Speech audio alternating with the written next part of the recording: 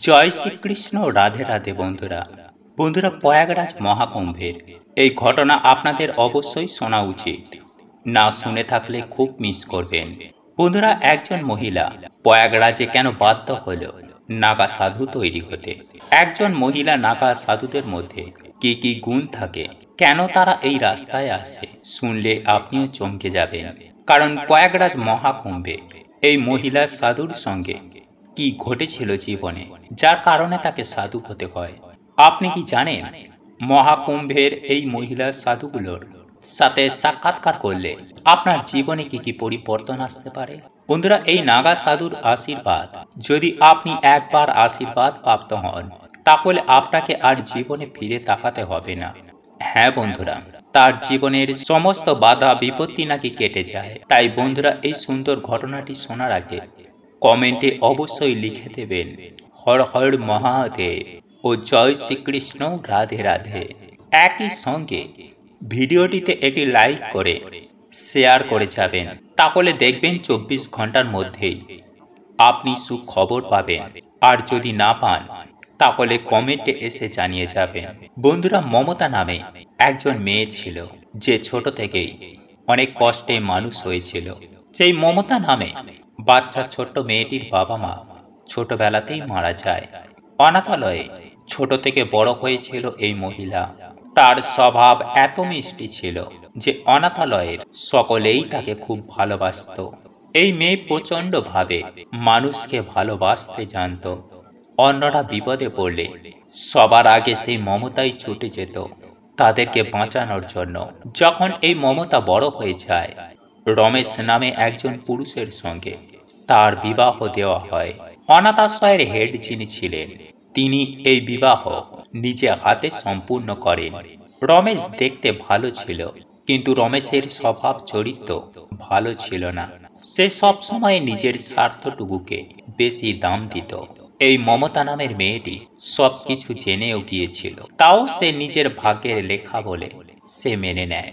কিছুদিন পরেই রমেশ নামের ছেলেটির আসল চরিত্র বেরিয়ে আসে। শুধু তার চরিত্র নয়, তার বাড়ির সকলের চরিত্র বেরিয়ে আসে। মমতাকে প্রত্যেক দিন মদ খেয়ে এসে মারধর করত এবং তাকে লাথি মেরে বাড়ির বাইরে বার করে দিত। মমতা বুঝতে পারত না যে তার কোন জনমের পাপের ফল এগুলো। মমতা এটাও জানত না যে কি এমন সে করেছে, যার কারণে তাকে এত কষ্ট ভোগ করতে হচ্ছে। শাশুড়ি মায়ের ভয় দেখা নেই, সেই সঙ্গে স্বামীর অত্যাচার, সবকিছু সহ্য করেছে। মুখ বন্ধ করে সংসারের কাজে ব্যস্ত থাকত। কিছুদিন পরে রমেশের মাও, অর্থাৎ মমতার শাশুড়িও তাকে মারতে থাকে। মারার একটাই কারণ যে তাকে বিবাহ করার সময় কোনো টাকা পয়সা তারা পায়নি।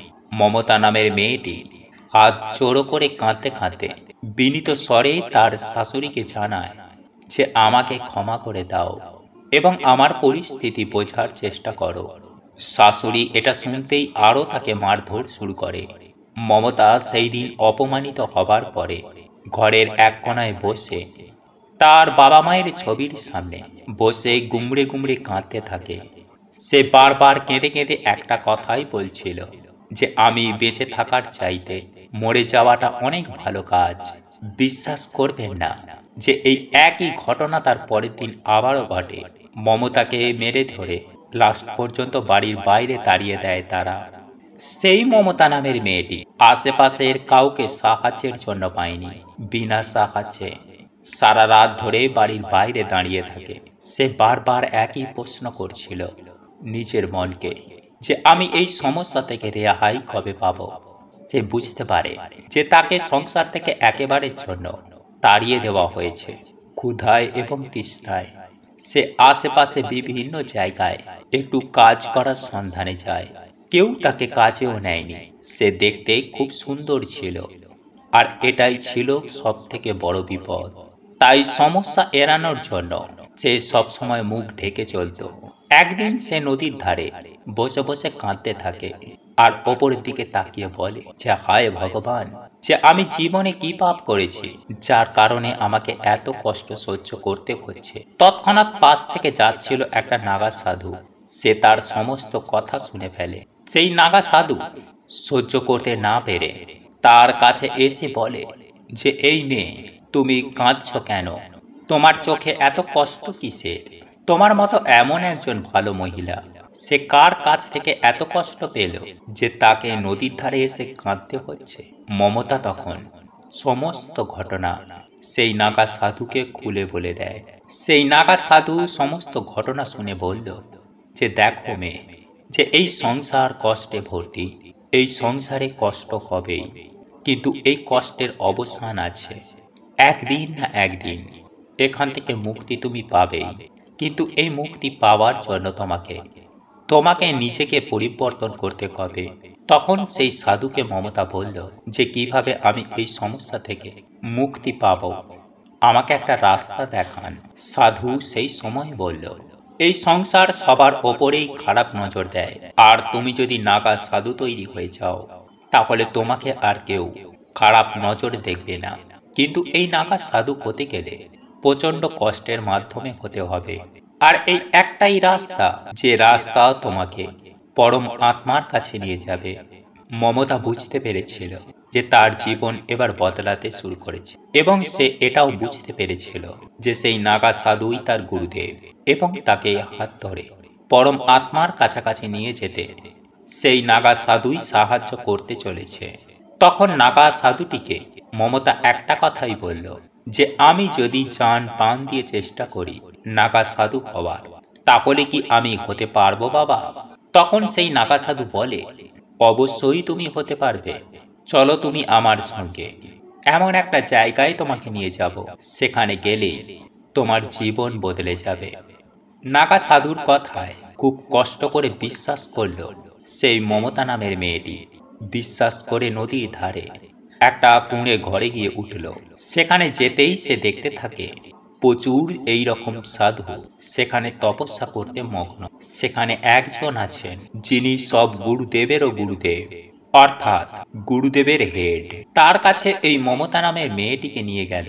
তখন সেই প্রধান গুরুদেব বলল, দেখো মা, তোমার চোখে মুখে কষ্ট, তা আমি পরিষ্কার দেখতে পাচ্ছি। আর এই নাগা সাধুদের রাস্তা মানে জীবন খুবই কঠিন হয়। এখানে ত্যাগ, সংযম এবং ধৈর্য, এই তিনটে জিনিসের পরীক্ষা নেওয়া হয়।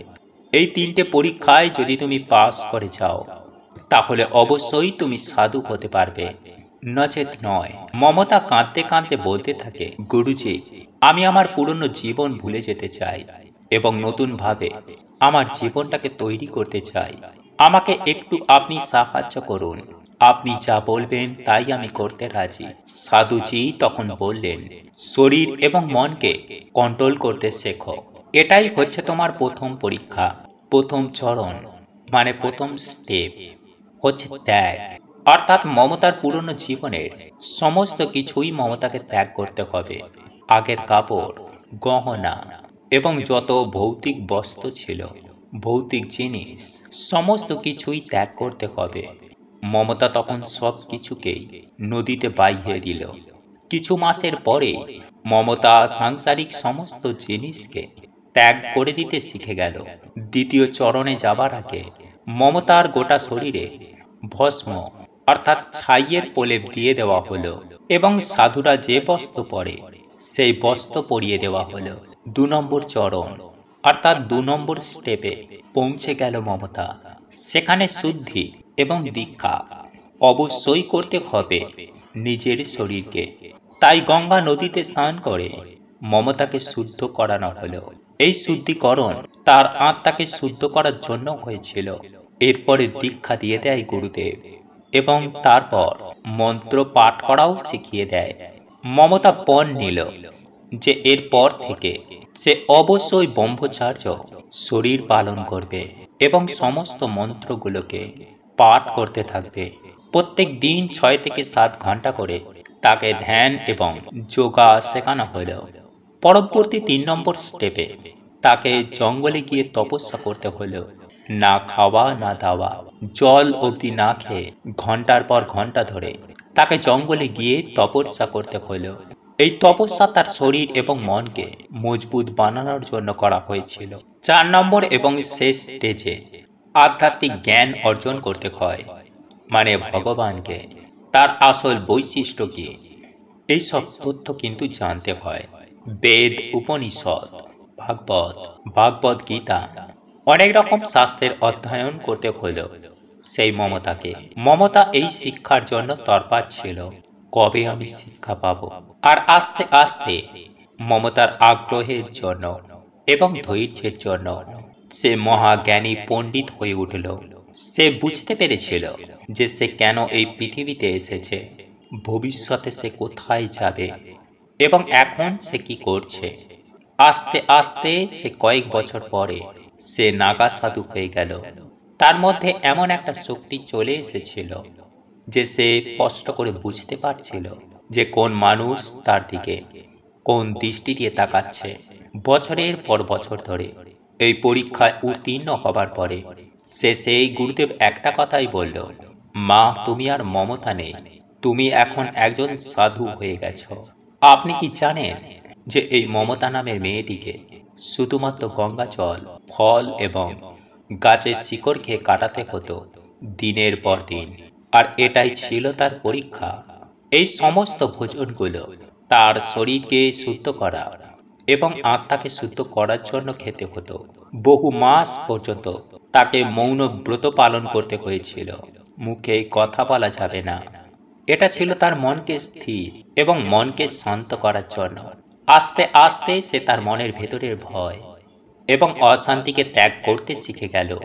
মমতাকে গ্রীষ্ম, বর্ষা, শরৎ, হেমন্ত, শীত, বসন্ত, এই 7টা ঋতুতে জঙ্গলে পাতলা আবরণ পরে ধ্যানে কাটাতে হয়েছিল। তার না তো লাগতো শীত, না তো লাগতো গরম, না তো লাগতো তার গায়ে জল, শুধুমাত্র ছাই মেখে থাকতে হতো। আর এটাই প্রমাণ করে দিয়েছিল যে মমতা সাংসারিক সুখ ভোগ একদম করতে চায় না। প্রাণায়াম ঘন্টার পর ঘন্টা এবং যোগ আসন করে করে সে একেবারে ব্রহ্ম শরীর পেয়ে গিয়েছিল। এই রকম করতে করতে ঠিক শেষের দিন, যেই দিন তার পরীক্ষা সম্পূর্ণ হবে, তার নামেই তাকে পিণ্ডি দিতে হয়েছিল। মানে পুরনো শরীর সে ত্যাগ করেছে, মানে পুরনো মমতাকে সে ত্যাগ করেছে। আর এটাই ছিল তার শেষ পরীক্ষা।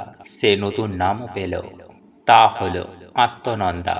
মমতা নামের এই মেয়েটি এতটাই শক্তি অর্জন করে ফেলেছিল যে কোনো পুরুষ যদি তার সামনে বসতো তাহলে সে সারা জীবনের ভয় থেকে মুক্তি পেয়ে যেত।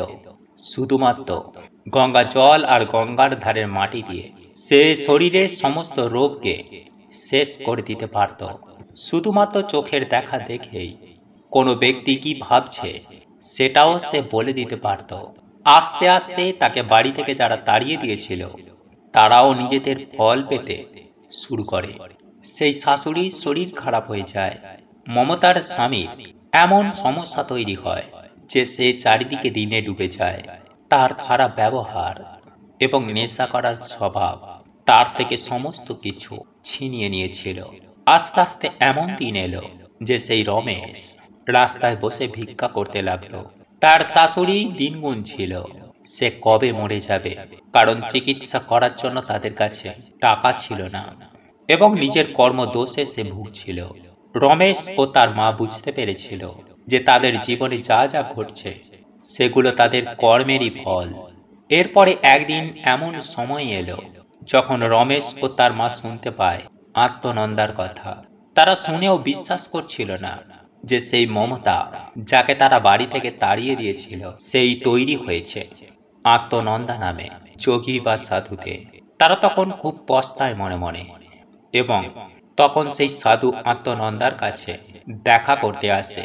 রমেশ কাঁদতে কাঁদতে বলে, মমতা তুমি আমাকে মাফ করে দাও, আমি অনেক বড় ভুল করেছি। আমি জানি আমি এটার লায়ক নই, তাও কি তুমি আমাকে ক্ষমা করতে পারবে? আত্মনন্দা মিষ্টি স্বরে তাকে বলল যে এইগুলো সবই সংসারের নিয়ম, ভাগ্যে ছিল তাই এইগুলো হয়েছে। তুমি যদি ওই ব্যবহার না করতে তাহলে আমি এত বড় যোগী মহিলা হতে পারতাম না। কিন্তু ক্ষমা হচ্ছে মানুষের সবচেয়ে বড় ধর্ম। আমি আজকে তোমাকে ক্ষমা করতে পেরে খুবই খুশি। নিজে যেটুকু সময় বাঁচবে অবশ্যই অপরের উপকার করো এবং সকলের সেবা করো। এই আত্মনন্দা এতটাই শক্তিশালী, যোগী মহিলা হয়ে গিয়েছিল যে প্রচুর দূর দূরান্ত থেকে তার কাছে দেখা করতে আসতো, আর প্রচুর প্রচুর মানুষের উপকারও করত এই যোগী আত্মনন্দা। আর সেই সময়েতেই প্রয়াগরাজের মহাকুম্ভে মহামেলা শুরু হয়। স্নানের সঠিক সময়, সঠিক মুহূর্তে কোটি কোটি মানুষ যাচ্ছে শাহী স্নান করার জন্য বা অমৃত স্নান করার জন্য, যেখানে লাখ লাখ মানুষ, লাখ লাখ সাধু এসে স্নান করতে উদ্যোগী। সেখানে একদিন এই আত্মনন্দাও নিজের শিষ্যদেরকে নিয়ে হাজির হয়ে গিয়েছিল। যখনই এই আত্মনন্দা গঙ্গার পাশে এসে পা দেয়, তখনই চারিদিকের আবহাওয়াটাই চেঞ্জ হয়ে যায়। সেখানে তার উপস্থিতির মাত্রই মানুষের মন শান্তি হয়ে যায়। সঙ্গমের পবিত্র জলে ডুব দেয় সেই যোগী আত্মনন্দা। আত্মনন্দার কাছে প্রচুর প্রচুর মানুষ আসছিল, কেউ নিজে থেকে রোগ মুক্তি হওয়ার জন্য, আবার কেউ কেউ আর্থিক সমস্যায় পড়েছিল সেখান থেকে মুক্তি পাওয়ার জন্য, আবার কেউ এসেছিল তার পরিবারকে সব সমস্যার হাত থেকে মুক্তি পাওয়ার জন্য। কিন্তু যোগী আত্মনন্দা সকলকে মন থেকে আশীর্বাদ দিয়েছিল এবং একটা কথাই সকলকে বলে যে এই পৃথিবীর সব থেকে দামি বস্তু হল আত্মত্যাগ এবং ক্ষমা। গঙ্গা যমুনা সরস্বতীর এই মিলন স্থলে নিজেরা ডুবকি লাগাও এবং নিজেদের মন ও শরীরকে শুদ্ধ করো এবং মানুষকে সাহায্য করো, মানুষকে বিপদ থেকে পরিত্রাণ দাও। এই মহাকুম্ভে মমতার পুরনো স্বামী সেই রমেশও চলে এসেছিল আত্মনন্দাকে দেখতে, এবং তার পুরনো স্বামী রমেশ আত্মনন্দার চরণে পড়ে যায় এবং কাঁদতে থাকে হাউমাউ করে এবং বলতে থাকে, আমাকে ক্ষমা করে দাও, আমি যা করেছি আমি পরের জন্মেও ভুলতে পারবো না। রমেশ বলল যে আমি তোমার জন্যই বুঝতে পেরেছি যে সঠিক মানুষ কাকে বলে এবং আমি সম্পূর্ণরূপে নিজেকে পরিবর্তন করে ফেলেছি। তখন যোগী আত্মনন্দা বলেন যে দেখো, ভুল সকলেই করে, কিন্তু সকলকে ভুল করার পরে চান্স দিতে হয় ভালো হবার জন্য। তুমি এইবার ভালো কর্ম করো এবং ভালো থাকো, বেঁচে থাকো। সেই সঙ্গে যোগী আত্মনন্দা আরও একটা কথা বলল যে জীবনে আমরা অনেক পাপ করি, আমরা কেউই পাপ ছাড়া নয়, কিন্তু এই গঙ্গার ধারে এসে যদি কেউ নিজের পাপকেও ধুয়ে ফেলতে পারে স্নান করার সঙ্গে সঙ্গে, তবেই সে হবে আসল যোগী মানুষ। আত্মনন্দার এই কথাটি ভাইরাল হয়ে যায়। আত্মনন্দার এই কাহিনী প্রত্যেকটা মানুষের মনের মধ্যে থাকা উচিত এবং এই আত্মনন্দার কথাগুলোকেও আমাদের প্রত্যেকের মনে রাখা উচিত। তবে বন্ধুরা, আপনাদের কি মনে হয় অবশ্যই কমেন্ট করে জানিয়ে যাবেন।